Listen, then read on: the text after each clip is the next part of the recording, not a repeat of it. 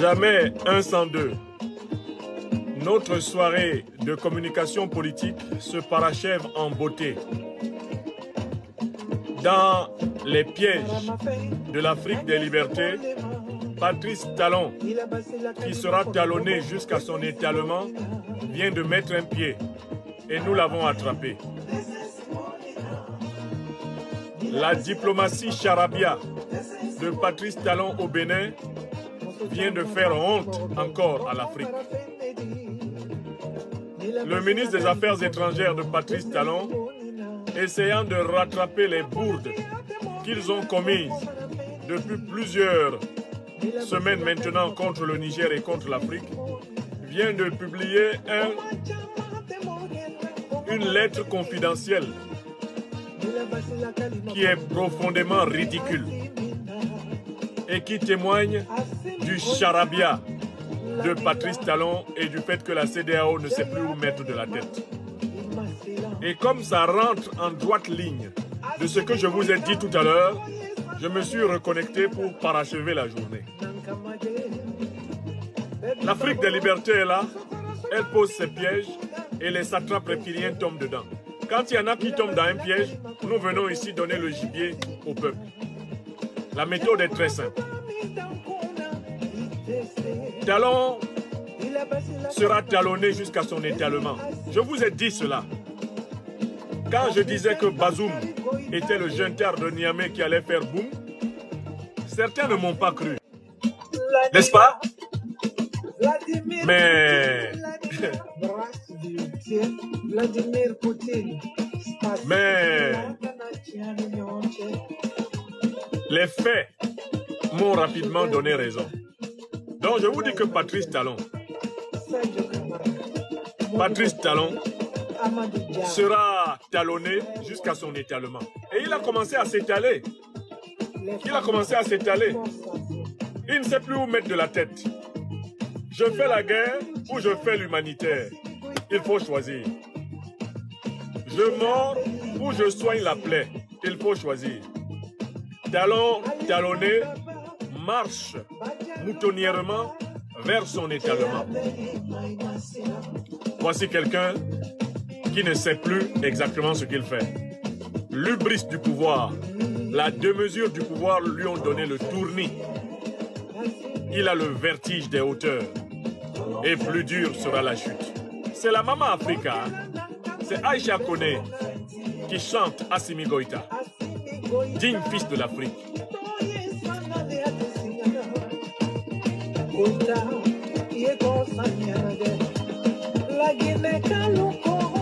Talon fait hier. Vous êtes 1000 personnes maintenant ici sur Facebook. Vous êtes plus de 100 personnes maintenant côté TikTok. Vous êtes près de 1000 personnes sur YouTube. Continuez à inviter nos amis pendant que la Maman Africa, Aïcha Koné, ouvre le chemin en célébrant l'enfant terrible et légendaire de l'Afrique. Fierté des Africains, nous sommes fiers de toi.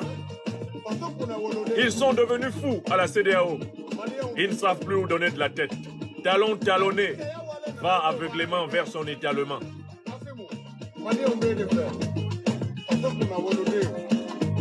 Est-ce que vous avez effectué la distribution de cette vidéo?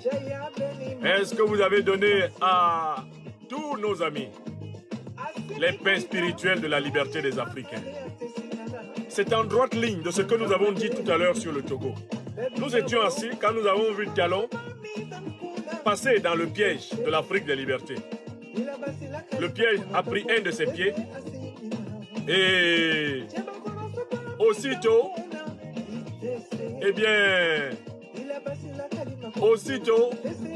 nous avons pu tirer Talon pour venir ici l'exposer.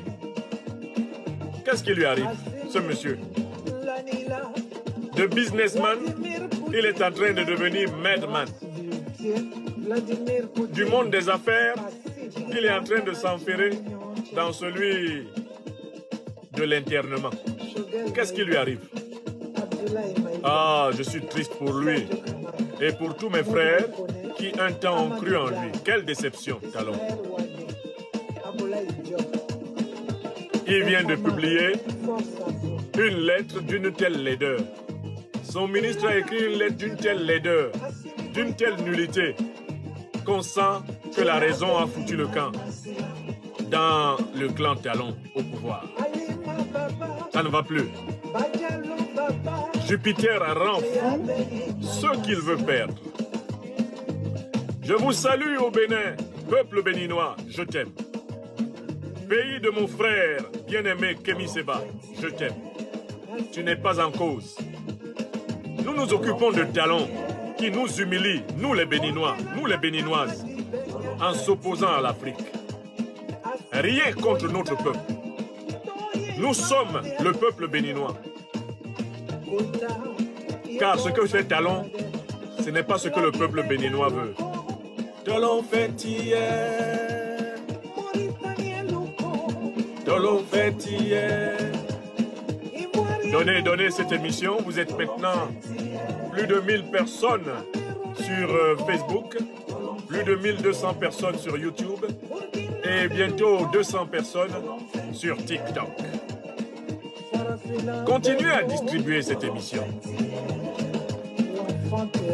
C'est la suite de ce que nous avons dit sur le Togo. Talon est venu s'aligner. Il est venu se livrer tout seul. Il est tombé dans le piège. Et on a pu attraper un de ses pieds. Puisqu'on a dit qu'on allait le talonner jusqu'à son étalement. La méthode sera suivie de manière disciplinée. Qu'est-ce qui ne va pas avec Talon? Pourquoi Talon s'étale-t-il avec un tel empressement? Comme on dit chez moi à Douala, est-ce qu'on l'a vendu? Quelqu'un a vendu Talon? Il y a un petit problème quand même. Écoutez, merci Maman Africa. Le ministre des Affaires étrangères de Patrice Talon a envoyé un courrier aux autorités. Il a envoyé un courrier aux autorités. Je mets le courrier sous mes yeux parce que tous ces courriers sortent opportunément. Et on voit très bien que ils sortent parce que, eh bien, il y a quelqu'un dans la filière de ces courriers-là qui veut absolument nous donner une information particulière. C'est pas un hasard si ces courriers sortent, c'est qu'il y a quelqu'un qui veut que nous sachions, eh bien, ce que lui, il pense. Il y a quelqu'un qui tient à nous informer et qui balance dans la presse africaine, dans la presse mondiale, ces derniers jours, un certain nombre d'informations, dans le but, espère-t-on peut-être, de valoriser quelqu'un de particulier. Mais on va voir dans le cas d'espèce, le bidet est joué par la diplomatie de Talon. Alors, j'ai retrouvé le texte du courrier. C'est ce texte-là. Je vous le montre. Je vous le montre là, sur... je vous le montre ici, sur Facebook. Je vous le montre là, sur TikTok. Je vous le montre là. Je vous le montre là. D'accord, sur YouTube. Merci à toi, Federico Valverde. Merci de tout cœur. Alors, ce texte, cette lettre est classée confidentielle. Vous voyez le cachet qui est tout en haut? Le cachet dit que la lettre est confidentielle. Si elle était vraiment si confidentielle que cela, pourquoi se débrouille-t-on pour la sortir? Bon, voyons. La lettre, elle est un peu... Le texte est un peu flou parce que la version que j'ai reçue a dû être scannée.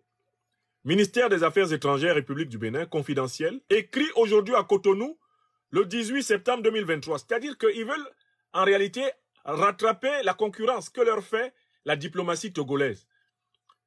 Le problème, le contexte dans lequel Talon a fait écrire cette lettre par son ministre des Affaires étrangères, c'est que le port de Lomé au Togo a récupéré tout le business du Niger que le port de Cotonou au Bénin gérait depuis plusieurs années. Les pertes des commerçants, les pertes des hommes d'affaires béninois sont telles que Talon est en train d'essuyer une colère généralisée qui pourrait se transformer en révolte, voire en révolution, y compris en révolution de palais. Il a fait perdre beaucoup d'argent à tellement de personnes au Bénin que maintenant, c'est la soupe à la grimace à travers tout le territoire béninois. Le port de Cotonou, qui, en très bonne partie, servait de lieu d'acheminement des marchandises vers le Niger, a été abandonné en raison de la participation de Talon aux sanctions inhumaines, illégales et criminelles de la CEDEAO, et qui a récupéré le business, puisque le Nigeria, lui aussi, sert de cheval de Troie pour punir le Niger. Qui a récupéré le business? Eh bien, c'est le port de Lomé au Togo. Les hommes d'affaires togolais se frottent les mains. La douane togolaise se frotte les mains. Et le ministère togolais des Affaires étrangères se frotte tout naturellement les mains, n'est-ce pas? Tranquillement, tranquille. Tranquillement, tranquille. N'est-ce pas? Voilà ce qui se passe et qui amène la diplomatie complètement rabougrie, frelatée, emberlificotée, une diplomatie stressée et déprimée, une diplomatie complètement schizophrène, eh bien, de Patrice Talon de tenter de se réveiller. Comme le Togo a assumé ouvertement, à travers la lettre du ministre Robert Dussé, 1. Qu'il va acheminer l'aide humanitaire. Il va servir de port pour tout ce qu'on doit acheminer au Niger. 2. Le Togo a accusé la CEDEAO d'aggraver la crise politico-sécuritaire à travers les sanctions communautaires. Comme le Togo a fait cela, alors Talon, complètement talonné et sentant son étalement venir, Talon a poussé son ministron des Affaires étrangères, il l'a poussé à envoyer lui aussi un courrier. Et ce courrier a été écrit à qui? Nous allons voir. Il a été écrit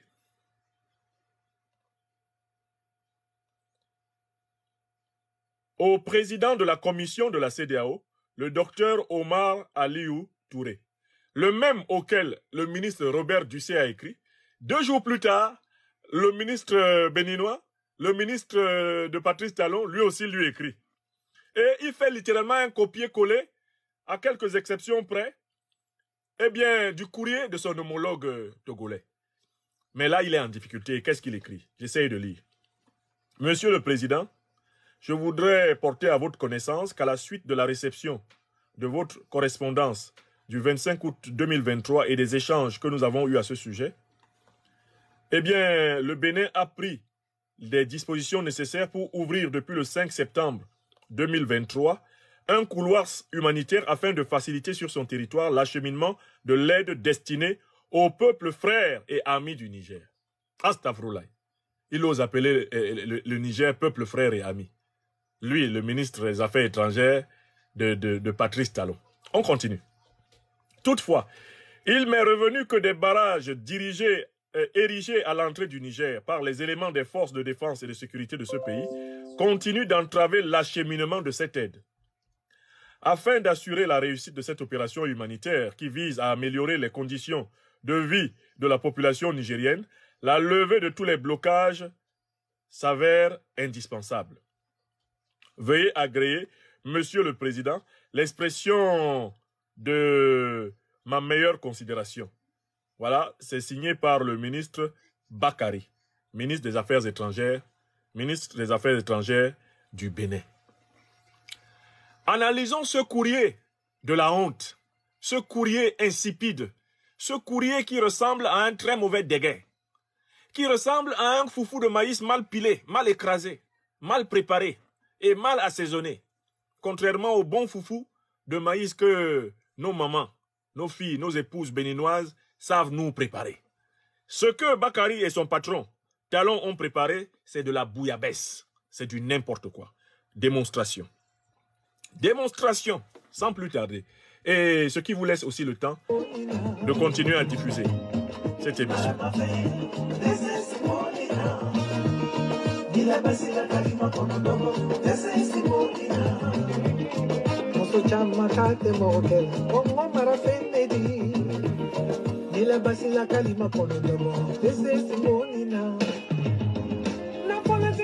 Vous êtes d'ores et déjà plus de 300 personnes sur TikTok. Vous êtes plus de 2300 personnes sur YouTube. Et vous êtes plus de 1400 personnes sur Facebook. Les pains spirituels de la liberté des Africains sont entre vos mains. Donnez-les à toute l'Afrique des libertés. Donnez les pains spirituels de la liberté des Africains. Ne gardez pas cette intervention uniquement pour vous. Je vous en remercie.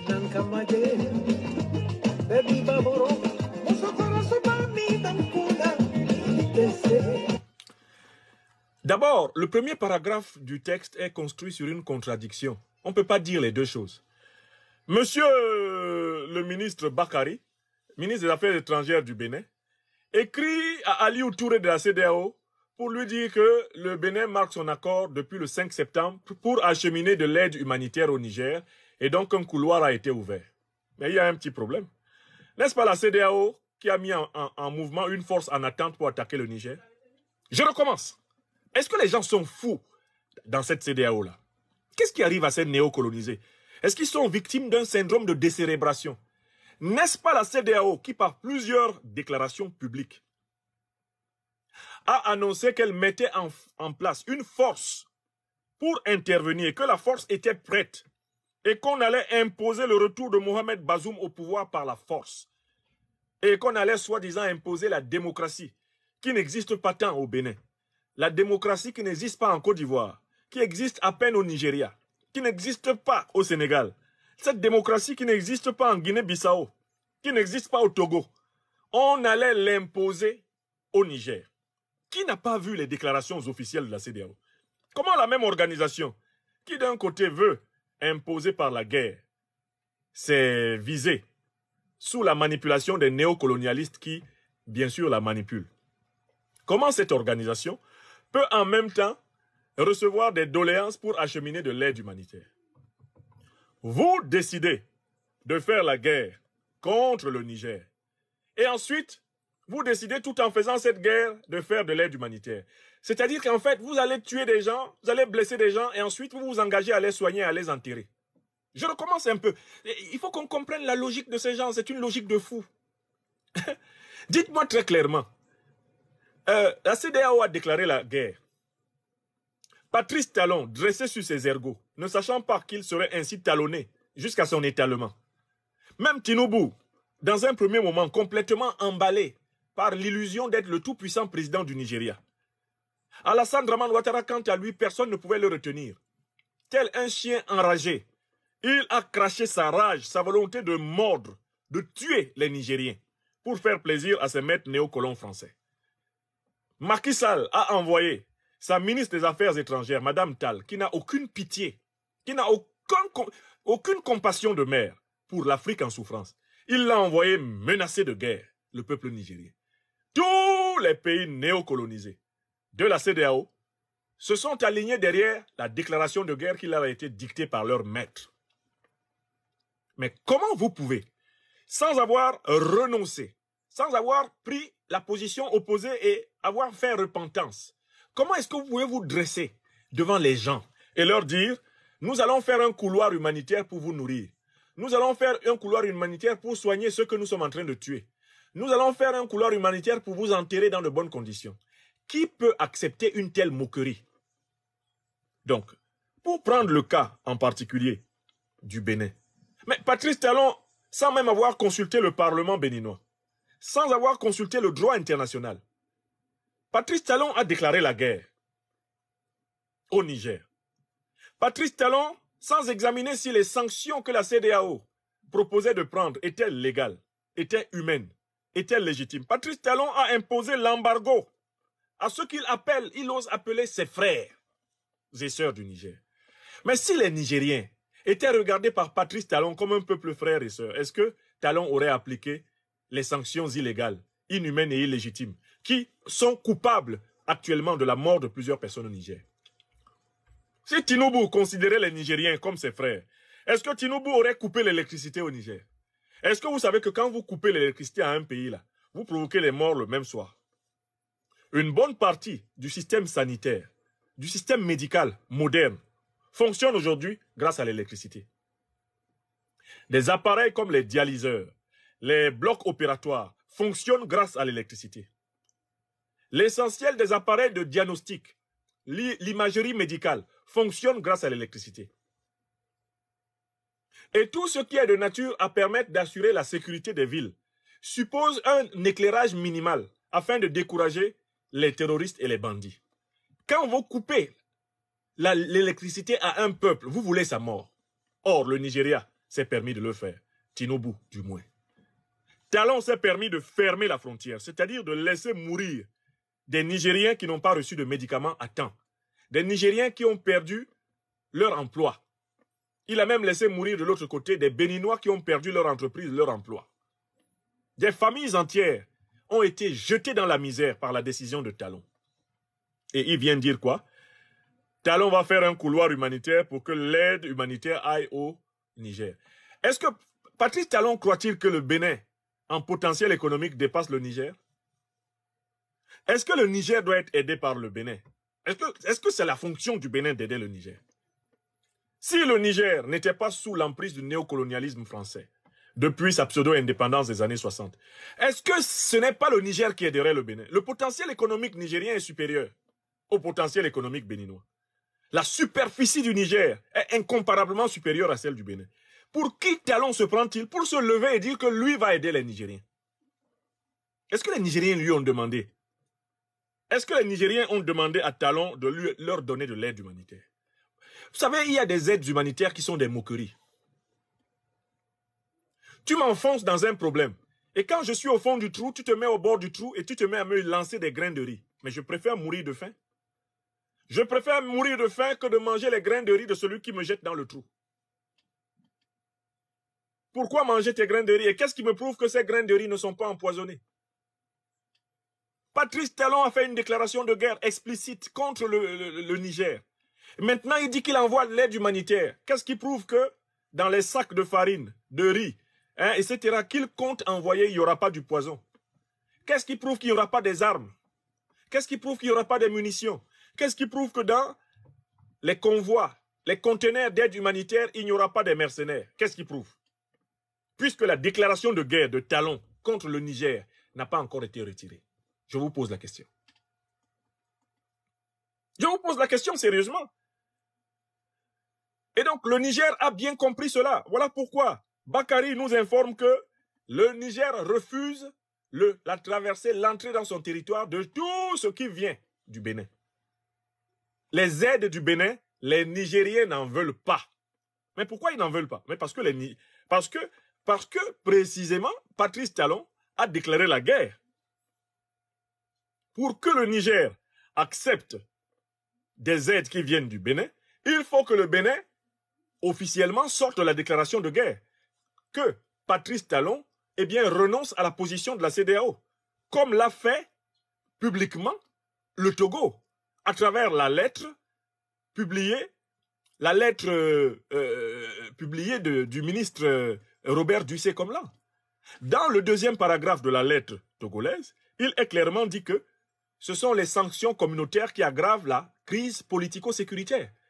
Le Togo accuse clairement la CEDEAO d'être coupable de faire souffrir les Nigériens. Et le Togo dit qu'il ne s'y associe pas.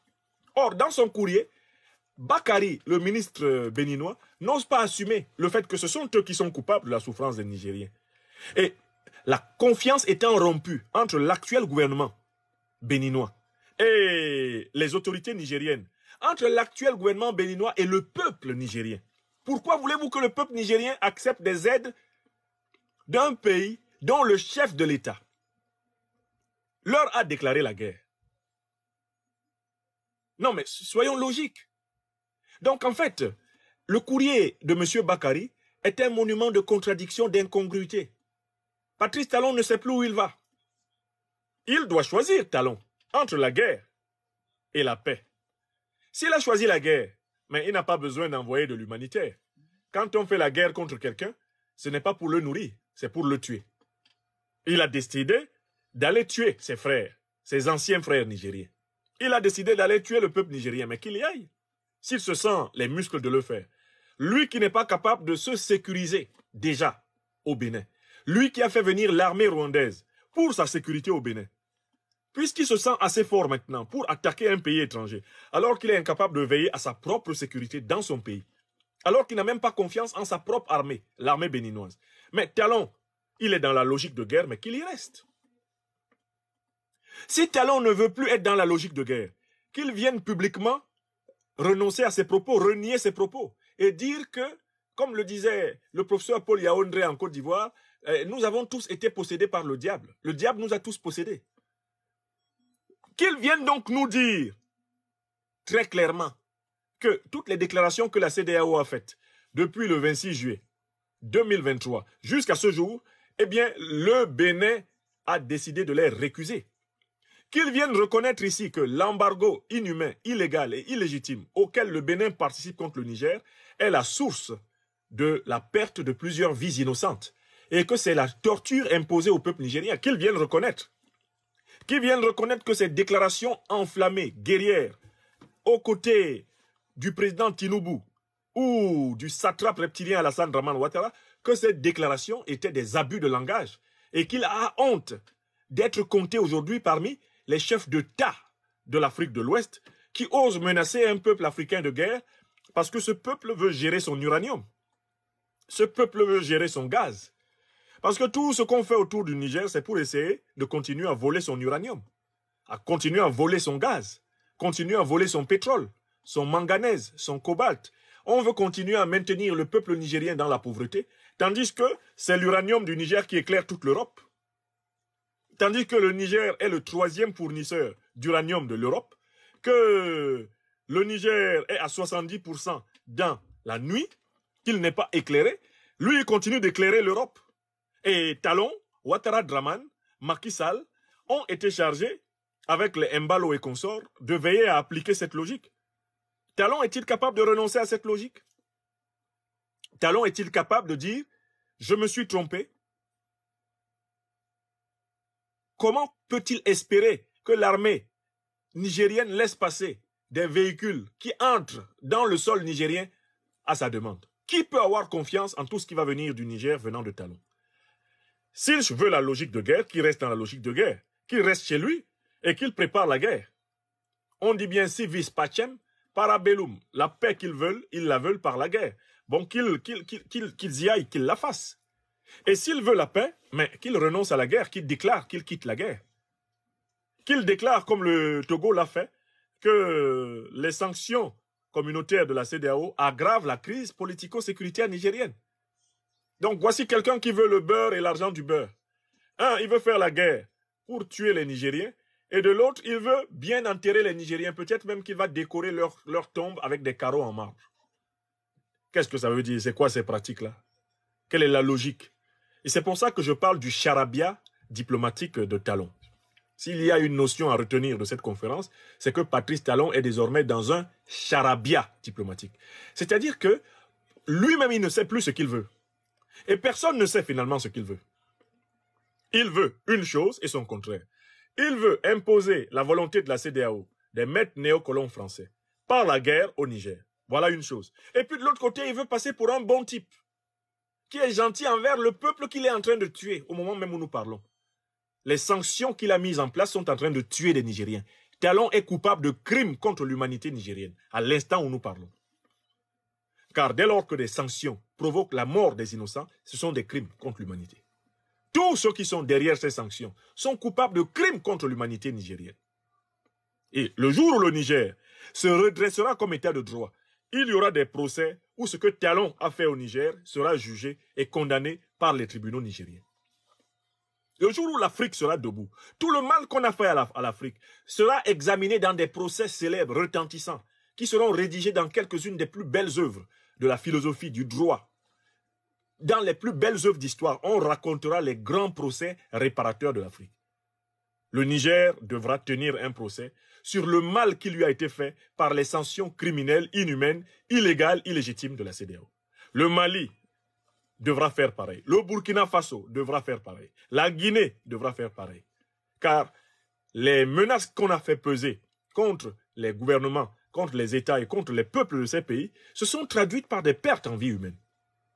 On ne peut pas continuer à considérer que la disparition de pans entiers de sociétés africaines, on doit la considérer comme une affaire de perte et profit. Non, les vies africaines ne sont pas superflues. Je ne dirais pas « All Black Lives Matter ». Non, je dirais « We don't care, we don't ask you to consider our life, we will defend our life ». Nous ne vous attendrons pas pour valoriser nos vies. Nous les défendrons. On n'a pas besoin d'un cachet d'humanité. Si quelqu'un possède un tampon qui permet bien, de faire que les Africains soient des êtres humains, eh bien qu'il garde ce tampon. Les Africains n'en veulent pas.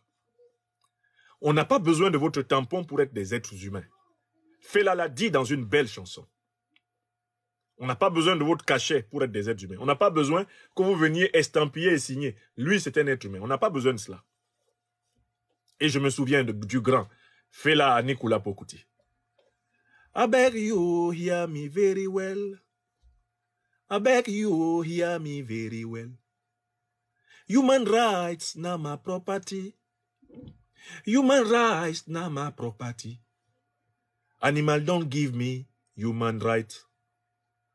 Human rights na my property. Human rights na my property. Animal don't give me human rights. Traduction. Je vous en prie, dit Fela. Je vous en supplie, écoutez-moi bien. Écoutez-moi très bien. Les droits de l'homme, ce n'est pas quelqu'un qui me les donne. Je suis un homme. Je suis naturellement un homme. Dès le premier instant de mon existence, je suis un homme. Naturellement un homme. Dès le premier instant de mon existence, je suis un homme. Écoutez-moi bien. Des gens qui se comportent comme des animaux, hein, des gens qui jettent des bombes atomiques sur des innocents, des gens qui viennent agresser le pays des gens pour piller l'or, l'uranium, le pétrole, des voleurs de grands chemins en col blanc, des gens qui viennent déporter des millions, des dizaines de millions d'êtres humains et qui demandent à être considérés comme des parangons de civilisation. Des gens qui sont coupables d'actes de barbarie en tout genre, hein, comme les Belges qui sont allés au Congo et qui ont coupé 20 millions de bras pour s'octroyer un empire qui jamais ne leur appartient. Ces gens-là, dit Fela, ne peuvent pas venir nous enseigner ce que c'est que la vie. C'est de ceux-là que parle Fela quand il dit « I beg you hear me very well. Human rights not my property. Animal don't give me human rights. » Donc, c'est aussi clair que cela. Mais on n'a pas besoin de la CEDEAO pour être des êtres humains au Niger, ni nulle part ailleurs en Afrique. On n'a pas besoin d'eux. Et ceux qui, comme dit le président Laurent Gbagbo, sont derrière la CEDEAO, qui la pistonnent pour faire la guerre contre les Africains. Mais les Africains n'ont pas besoin d'eux pour être reconnus humains. L'Afrique sait que la reconnaissance humaine passe par la lutte. La lutte pour la reconnaissance est le creuset dans lequel naît le respect mutuel. Donc les Africains luttent. Le Niger est en posture de lutte. Voilà pourquoi Talon n'a pas réussi à faire entrer un seul camion avec ses conneries au Niger. Parce que le Niger est sur le pied de guerre, puisqu'on a dit qu'on va attaquer le Niger. Mais tu me dis que tu vas me faire la guerre, après tu arrives avec un camion, tu dis il y a du coton dedans pour soigner les gens que tu vas tuer. Non, je te dis, va soigner déjà tes guéris, viens qu'on fasse la guerre, on verra qui aura besoin de ton coton. Donc je voulais vraiment parachever cette soirée de communication politique par l'évocation de cette lettre vraiment pour le coup minable. Je suis triste pour le Bénin. Le Bénin est un pays de brillants intellectuels africains. C'est un pays qui a donné à l'Afrique quelques-uns de ses cadres et qui a donné au monde quelques-uns des cadres africains les plus compétents. C'est un pays petit par la taille mais grand par l'esprit et surtout par la spiritualité.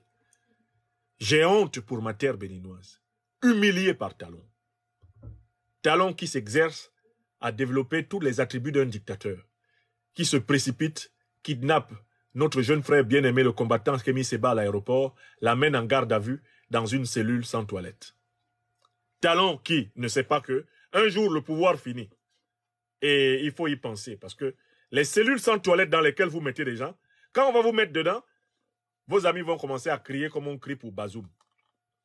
Bazoum qui a fait fuir le Niger à des opposants, en a fait éliminer d'autres. Bazoum qui a libéré des terroristes qui ont tué les soldats nigériens. Ce Bazoum a osé se plaindre qu'on a coupé de l'électricité chez lui. C'est de la foutaise. Quelqu'un qui demande qu'on attaque son pays, qu'on coupe le courant dans tout son pays. Quand on commence par couper chez lui, il se met à geindre, à piailler, à jacter. C'est du jamais vu. Voilà Talon. au summum, croit-il, de sa puissance, quand il va descendre du pouvoir et que tout ce qu'il a fait de mal aux gens, on va s'exercer à lui faire juste un peu, ses amis à travers le monde vont se réunir pour signer des oukases, des ultimatums. Oui, nous allons attaquer, etc. S'il n'est pas rétabli, mais pourtant, talon. Voilà Bazoum, ça va faire bientôt plus de 2 mois, non? Le 26 septembre arrive. 26 juillet, 26 août, 1 mois. 26 août, 26 septembre, bientôt 2 mois. Vous vous battiez pour le rétablir sur le fauteuil? Combien de fois vous avez vu un type qui est tombé de coup d'État 2 mois après remonter sur le fauteuil? Qui plus est, un type comme Bazoum qui n'a jamais été élu, qui n'a pas de base populaire dans le pays. Vous avez vu ça où? Le président Babo, qui est expérimenté dans ces choses, nous a dit clairement ici, le coup d'État est consommé. Donc, même si vous voulez faire la guerre contre le Niger, ça ne sera jamais pour rétablir Bazoum. Parce que si vous tirez sur les Nigériens, Bazoum sera l'une des premières victimes de vos tirs. Donc, tout le monde sait que ce n'est pas pour Bazoum que vous vous battez. Toutes les menaces que vous faites peser contre le Niger, ce n'est pas pour Bazoum.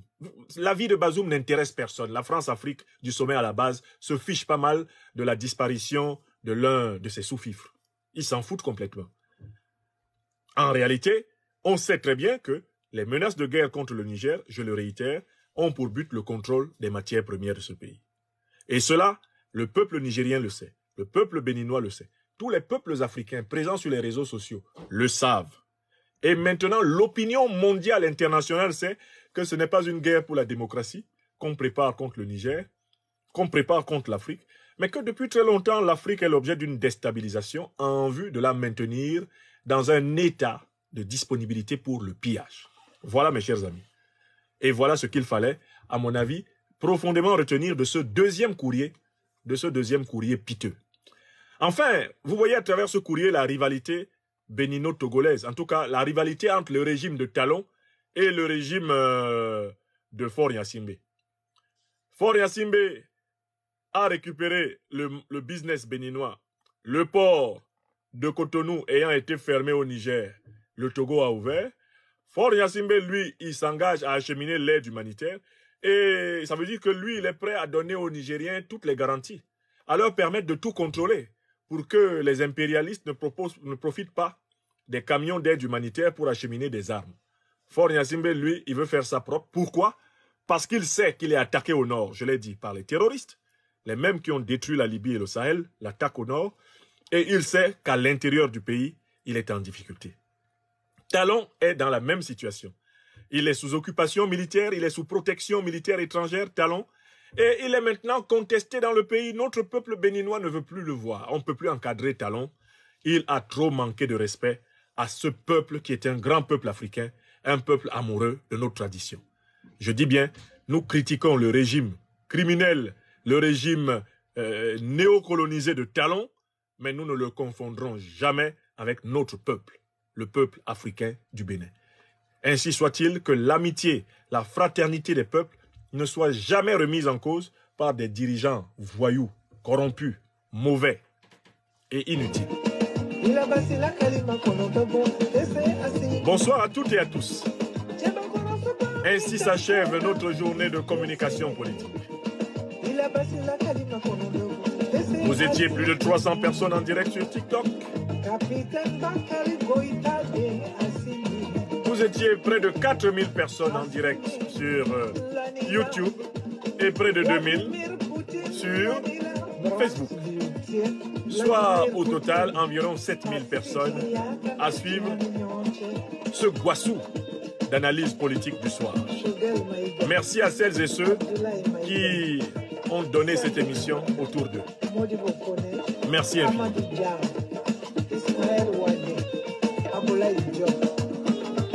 Ainsi la boucle est bouclée. Le ministre Bakary devrait avoir honte d'écrire des lettres bêtes comme ça.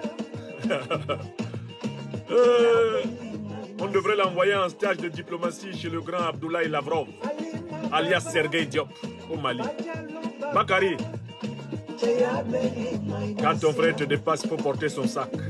Va à Bamako. Le ministre Abdoulaye Diop va t'enseigner la diplomatie. Va là-bas. Va à Ouagadougou. Notre sœur, la ministre Olivia Ragnayewender Rwamba, va t'enseigner la diplomatie. Sinon, arrête de nous écrire tes chiffons là. Ça, c'est de la littérature de Nabobien.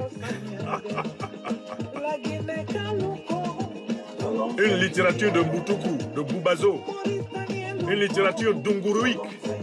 Une littérature de Dunguru. Ah, là, vraiment, on souffre en Afrique. Hein.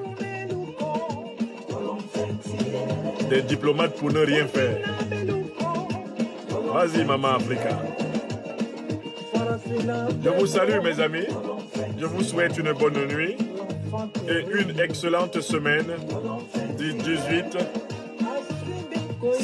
septembre 2023. Côté TikTok, continuez à vous abonner.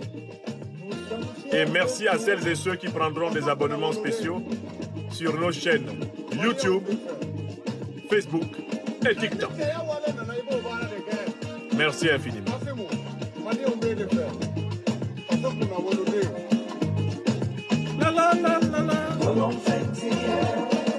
C'est Aïcha Kone qui nous accompagne ce soir. Bonsoir, bonsoir, soyez bénis. Bonsoir, bonsoir à tous, soyez bénis. Je vous en remercie.